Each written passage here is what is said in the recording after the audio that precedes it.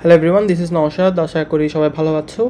So আমরা ইন্ট্রোডাকশনে বলছি যে আমরা একটা বেসিক এনভায়রনমেন্ট ক্রিয়েট করে কোডগুলো করবো আর কি। তো আজকেও আমরা ওইটা অনুসারে আজকে আমরা ফার্স্ট ভিডিওতে শুরু করি কোড করা, ঠিক আছে? তো আমরা ক্লাসে করলাম বা যারা আসলে মানে স্টার্টও করা নাই তাদের জন্য বলে রাখি, একটা কোড যখন আমরা করি আমরা অনেকগুলো ল্যাঙ্গুয়েজে কোডটা করতে পারি। তো যেমন আমরা সিতে করতে পারি, C++, জাভাতে করতে পারি, এরপরে আরও অনেক আছে, জাভা স্ক্রিপ্ট বলি, এছাড়া আমরা শুনে থাকছি আরও অনেক লারাভেল বলতে পারি, তারপরে C# বলতে পারি, অনেক আছে, ঠিক আছে? ওয়েব ডেভেলপমেন্ট সম্পর্কে আমরা শুনছি, তারপরে back end front end development সম্পর্কে শুনছি। এগুলোর জন্য কিছু আছে হাইব্রিড, কিছু কম্পাইলার আছে যেখানে আমরা সব ধরনের কোডই করতে পারি। ওটাতে জাভাও করতে পারি, সি করতে পারি, C++ করতে পারি, জাভা স্ক্রিপ্ট করতে পারি, HTML করতে পারি। HTML ব্যাপারগুলো হচ্ছে ওয়েব ডেভেলপিংয়ের ক্ষেত্রে পড়ে, এগুলো আমরা ফার্দার জানবো সামনে। সো ওরকম কিছু প্ল্যাটফর্ম আছে যেখানে আমরা সব ধরনের কোড করতে পারি। তো আমি পার্সোনালি আমার ডিভাইস হচ্ছে ম্যাকবুক, যার ফলে আমি এখানে কোড ব্লকস ইউজ করতে পারতেছি না। আমি এখানে ইউজ করি আসলে VS কোড, ঠিক আছে? আর যাদের উইন্ডোজ আছে তোমরা কোড ব্লকসে করবা, বা ইউনিভার্সিটিতে তোমরা ইউজড হচ্ছে কোড ব্লকসে, ঠিক আছে? তো ওই অনুসারে তোমরা তোমাদের কম্পাইলারগুলো নামাই ফেলবা, ঠিক আছে? কম্পাইলার কীভাবে নামাইতে হয় এটা দেখানোর কোনো দরকার নেই, ইউটিউবে সার্চ দিলে অনেকগুলো ভিডিওস আছে, ওগুলো দেখতে পারবা তোমরা। আর এছাড়া এখনকার পোলাপাইন সার্চ দিয়ে বের করে ফেলবা, কোড ব্লকস লিখলে দিলে ডাউনলোড লিঙ্ক দিবে, এরপর চলে আসবে, এরকম আর কি, ঠিক আছে? তো VS কোডে করবো আমরা, যাই হোক আমার কারণ আমি কোড ব্লকস চালাইতে পারতেছি না। তো VS কোডটা যদি অন করি আমরা, তো তোমরা আশা করি ইন্টারফেস দেখতে পাচ্ছ, এরকম একটা ইন্টারফেস দেখতে পারবা VS কোডটা অন করলে। তো এখান থেকে new file, same goes for the code blocks, ওখানেও এখানে ক্রিয়েট ফাইল করে তারপরে ফার্দার আসতে হয় আর কি। তো নিউ ফাইল ক্লিক করলে এখানে জাস্ট নামটা লিখতে হবে যে ফাইলের নাম কি। তো যেহেতু আমরা এটা একটা প্রথম ভিডিও, আমাদের প্রথম কোড লাইফের, তো আমরা এভাবে লিখবো যে ফার্স্ট কোড দিব জাস্ট। এরপরে দেখো ডট দিয়ে আমার কিছু লিখতে হবে, এই জিনিসটা শিখো।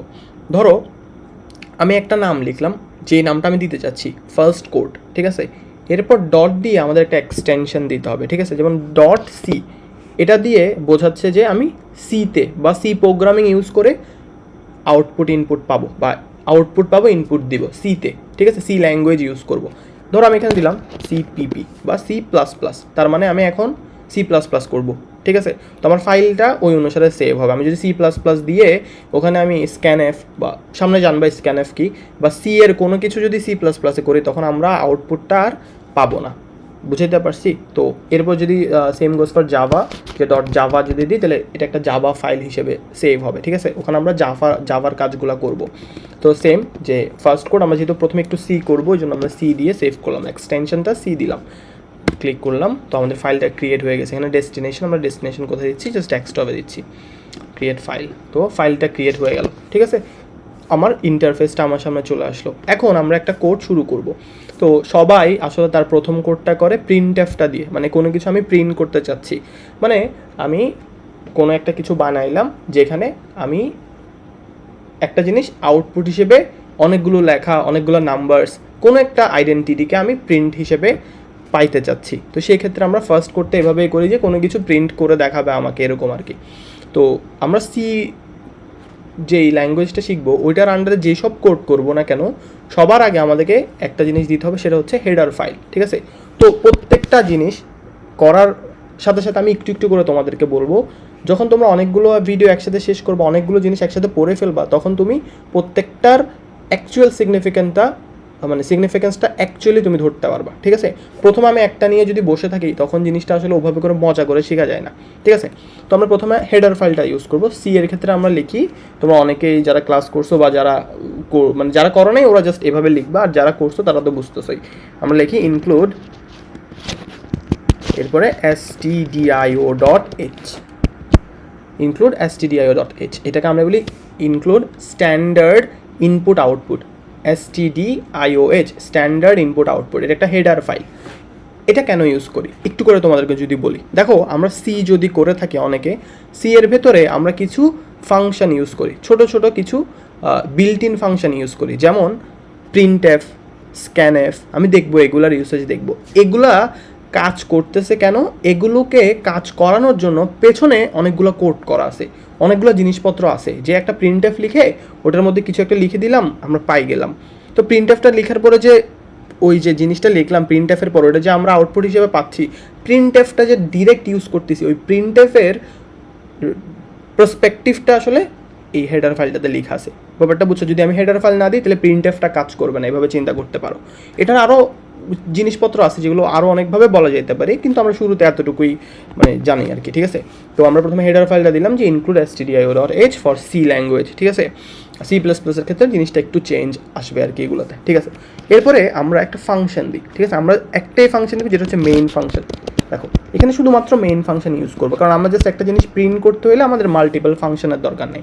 এখন আসতেছে এই মেইন ফাংশন, এই জিনিসটা কি, ঠিক আছে?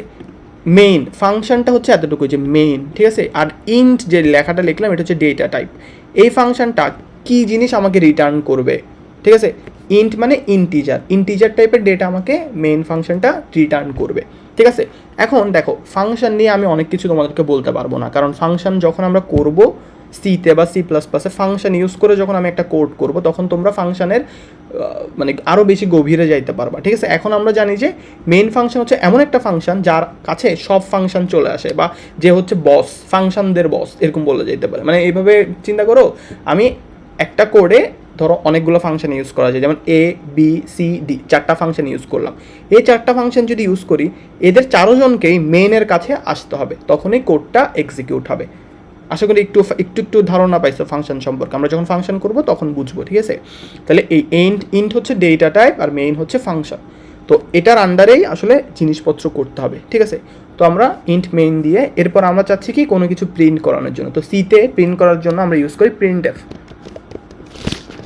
এই লেখাটা লিখে আমি জাস্ট এই কাজটা করব, ঠিক আছে? ইনভার্টেড কমা আনবো দুইটা, তারপরে দুইটা করে আনবো, ঠিক আছে? তার মাঝখানে যদি কোনো কিছু লিখি ওইটা আমাকে ও প্রিন্ট করে দিবে। এটা হচ্ছে সি এর কাজ। যেমন আমি ইনভার্টেড কমা দিয়ে দিলাম প্রিন্টএফ, ফার্স্ট ব্র্যাকেটের মধ্যে ইনভার্টেড কমা, মাঝখানে আমি জাস্ট লিখতে চাচ্ছি যে কোনো কিছু, যেমন আমি নওশাদ, আমার নামটা লিখলাম আমি নওশাদ। লিখার পরে আমি এই জিনিসটাকে ক্লোজ করবো একটা সেমিকোলন দিয়ে দিলাম, শেষ। দেখো আমার এখানে কোনো এরর দেখাচ্ছে না। কোড ব্লকসে যদি করো তোমরা সাইডে দেখবে এরকম লাল কিছু জিনিস দেখা যাবে, এরর দেখাবে, ঠিক আছে? তখন তোমরা এররটা সলভ করবে আর কি। এখানে যেহেতু কোনো এরর দেখাচ্ছে না, এই যে সাইডেও দেখাচ্ছে না, এখানে আলাদা কনসোল আছে VS কোডের ক্ষেত্রে, তো যার ফলে কোনো এরর না, তার মানে কোডটা মোটামুটি হয়েছে, ঠিক আছে? তো এটা হচ্ছে আমার কোড, যে আমি প্রিন্টএফ লিখে কিছু যদি দিই ওটা আমাকে ও আউটপুটে দেখাই দিবে, এতটুকুই, ঠিক আছে? তো আমি যদি এটাকে রান করি, এই বাটনটা হচ্ছে রান, একটা প্লে বাটন আছে না, এটাই রান বাটন। এখানে বিল্ড অ্যান্ড রান একসাথে হয় আর কি, ঠিক আছে? আমি যখন ক্লিক করলাম তখন আমাকে আউটপুট হিসেবে দেখাইছে, দেখো I am নওশাদ, এই লেখাটা কিন্তু দেখাইছে নিচে, তোমরা দেখতে পাচ্ছ হয়তো, ঠিক আছে? আমরা টার্মিনালটা ক্লোজ করি, ক্লিয়ার করলাম, ঠিক আছে? আমি কি তোমাদেরকে বোঝাতে পারছি যে কোনো কিছু যদি আমি প্রিন্টএফের মধ্যে লিখি ওটা আমাকেও প্রিন্ট করে দেখাই দিবে। This is the first code. এটাই সবাই শিখে, আমরাও এটা প্রথমে শিখছিলাম আর কি, ঠিক আছে? ইউনিভার্সাল।